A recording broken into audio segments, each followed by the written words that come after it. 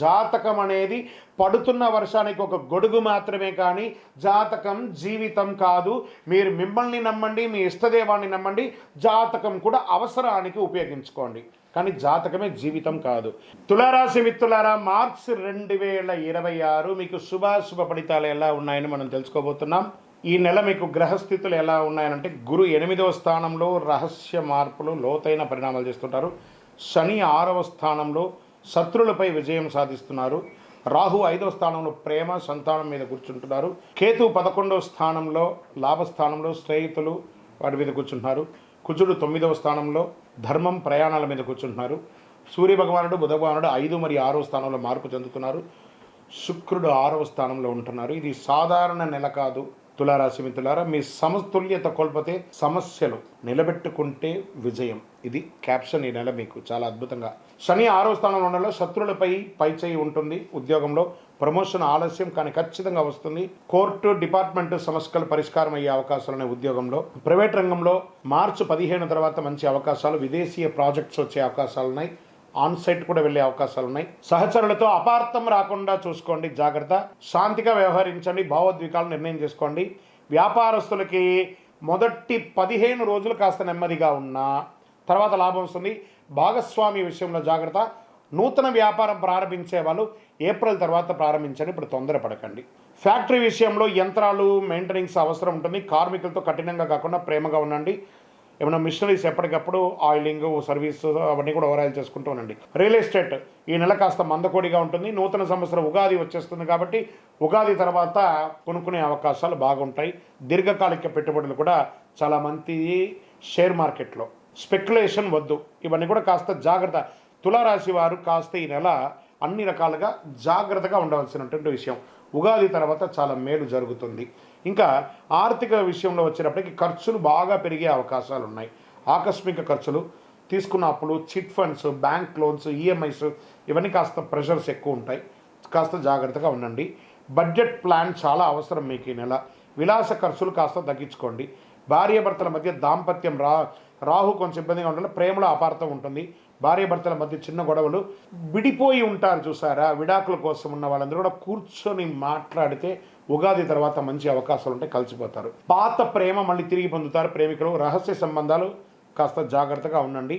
కుటుంబంలో తల్లి యొక్క ఆరోగ్యం పట్ల చాలా జాగ్రత్తగా ఉండాల్సింది. ఇంట్లో ఆధ్యాత్మిక వాతావరణాన్ని పెంచండి. పూజలు పునస్కారాలు హోమాదులు ఇవన్నీ జపాదులు కూడా కొంచెం చేయండి, చాలా మంచిది. సోదరుల మధ్య ఇచ్చిపుచ్చుకునే దాంట్లో కాస్త జాగ్రత్తగా ఉండండి. వివాహానికో లేకపోతే వాళ్ళకి మీరు ఇవ్వడం కానీ వాళ్ళ దగ్గర తీసుకోవడం కానీ సమతుల్యత పాటించండి. ప్రేమను మెయింటైన్ చేయండి. ఊరికే ఏదో తొందరపాటుగా ఇచ్చేసేసుకొని ఇబ్బంది పడకండి. వాస్తవానికి మీరు ఇబ్బంది పడకండి. ఇంకా వ్యవసాయదారులకు ఎలా ఉంటుందంటే, పంట మోస్తరుగా పండుతుంది. నీటి నిర్వహణ ముఖ్యం, చాలా అద్భుతంగా ఉంటుంది. ఈ ధాన్యాలు, ఆకుకూరలు, పండ్లు, ఫ్రూట్స్ ఇది మంచి సమయం అని కూడా చెప్పచ్చు. కోర్టు వ్యవహారాల్లో శని 6వ స్థానంలో ఉండడంలో విజయ సూచనలు ఉన్నాయి. మార్చి 20 తర్వాత అనుకూల తీర్పులు. మధ్యవర్తిత్వం మంచిది దీనికి. ఇంకా విద్యార్థులు పోటీ పరీక్షలు కఠినంగా ఉంటారు కానీ విజయం సాధిస్తారు. విద్యార్థులారా, విదేశీ విద్యా యోగం, ఐటీ, లా, బ్యాంక్ సెక్టార్స్, తర్వాత సివిల్స్ రంగంలో ఉన్నవాళ్ళు, ఉద్యోగస్తులు ఉన్న వాళ్ళకి చాలా అద్భుతంగా ఉంటారు. రోజు 15 నిమిషాలు ధ్యానం చేయండి. ఫస్ట్ రాత్రి ఆలస్యంగా పడుకోవడాన్ని నియంత్రించండి. ఫోన్ అవాయిడ్ చేయండి ఫస్ట్ అన్నిటికంటే ముందు. ఇంకా మీరు కొన్ని ఇబ్బందులు పడుతుంటారు చూసారా, ఆర్థికమైనటువంటి ఇబ్బందులు, లేకపోతే షూరిటీ సంతకాలు పెట్టుంటారు, అవన్నీ జాగ్రత్త. లేదా కొత్తగా షూరిటీ సంతకాలు ఎవరైనా అడిగితే సారీ అని చెప్పి సున్నితంగా తిరస్కరించండి. ఈ రోడ్ సైడ్ ఫుడ్ ఉంటుంది చూసారా, వాటిని అవాయిడ్ చేయండి ఫస్ట్. అవన్నీ మంచిది కాదు. వాటిని కంపల్సరీ మీరు అవాయిడ్ చేయవలసినటువంటి సమయం. యోగా, ప్రయాణం మంచిది. తేలికపాటి ఆహారం తీసుకోవడం మంచిది. చర్మ సమస్యలు వచ్చే అవకాశాలు ఉన్నాయి, ఇవన్నీ కూడా జాగ్రత్త పడిన. కడుపు సమస్యలు అంతా కూడా అవకాశాలు ఉన్నాయి.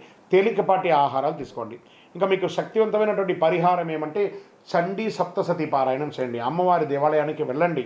మీ వయస్సు ఎంత ఉందో అన్ని దీపాలను మీ ఇష్టదైవంలో వెలిగించండి. నెలకొక్కసారిన నవగ్రహాలకి 19 ప్రదక్షిణాలు చేయండి.